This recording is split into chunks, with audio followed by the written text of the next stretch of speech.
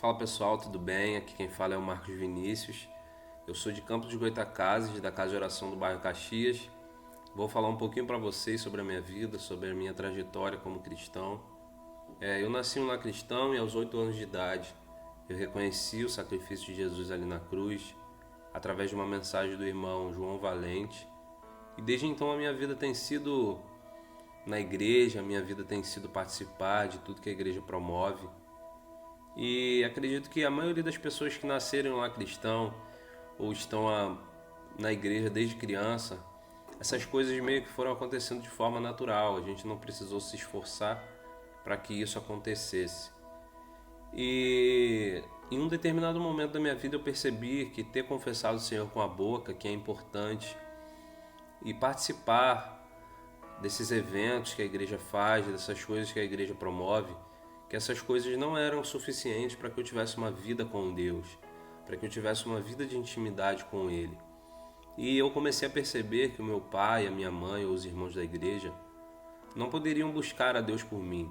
Eu comecei a perceber que eu deveria buscar a Deus particularmente, que eu deveria ter uma vida particular com Ele, que eu deveria buscar a Ele por mim mesmo, que eu deveria ter minhas próprias experiências com Ele. E desde então eu comecei a buscar a Deus, eu comecei a querer saber mais, eu comecei a querer entender a Sua palavra, eu comecei a entender aquilo que Ele queria para mim. E quando o Emanuel chamou para gravar esse vídeo, eu até conversei com algumas pessoas que gravaram também, e eu cheguei até a pensar, mas eu nunca fui para o mundo, eu nunca saí, eu nunca quis experimentar aquelas coisas de lá de fora. Como que eu vou como que eu vou contar um testemunho da minha vida? Eu sempre estive na igreja.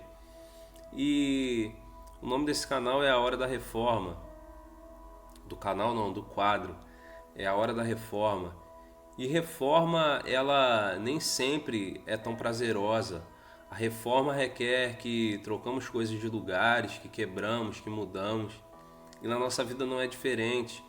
Mesmo nós que estamos na igreja, que estamos ali, quantas vezes a gente canta, a gente prega, a gente toca, mas a gente se sente vazio. Não existe ninguém além de Deus que conheça o nosso coração tão bem como nós mesmos. E quanta coisa na nossa vida precisa de reforma, quanta coisa da nossa vida precisa ser mudada, quanta coisa que só nós e Deus sabemos que a gente precisa mudar. E em um determinado tempo da minha vida eu tive a oportunidade de abrir uma empresa, e isso foi tomando uma proporção, isso foi crescendo, fui tendo contato com algumas pessoas conhecidas, e às vezes lá no fundo a gente chega a pensar, tudo isso está acontecendo porque eu segui essa métrica aqui, porque eu fiz isso, porque eu sou bom. E a gente se esquece que o reino de Deus, ele tem um conceito totalmente diferente do conceito do mundo. O conceito do mundo, hoje a gente é bombardeado por informações na mídia sobre conquistar, sobre ganhar, sobre como fazer render aquilo que você tem. E a gente se esquece que o conceito da vida cristã é perder para ganhar. A gente se esquece que o conceito da vida cristã é negar a si mesmo. E tem muita coisa na nossa vida que a gente precisa negligenciar, que a gente precisa deixar para trás, para que ele apareça, para que ele realmente faça sentido em tudo aquilo que nós estamos fazendo. E acredito que o orgulho é algo que está presente no coração de todas as pessoas.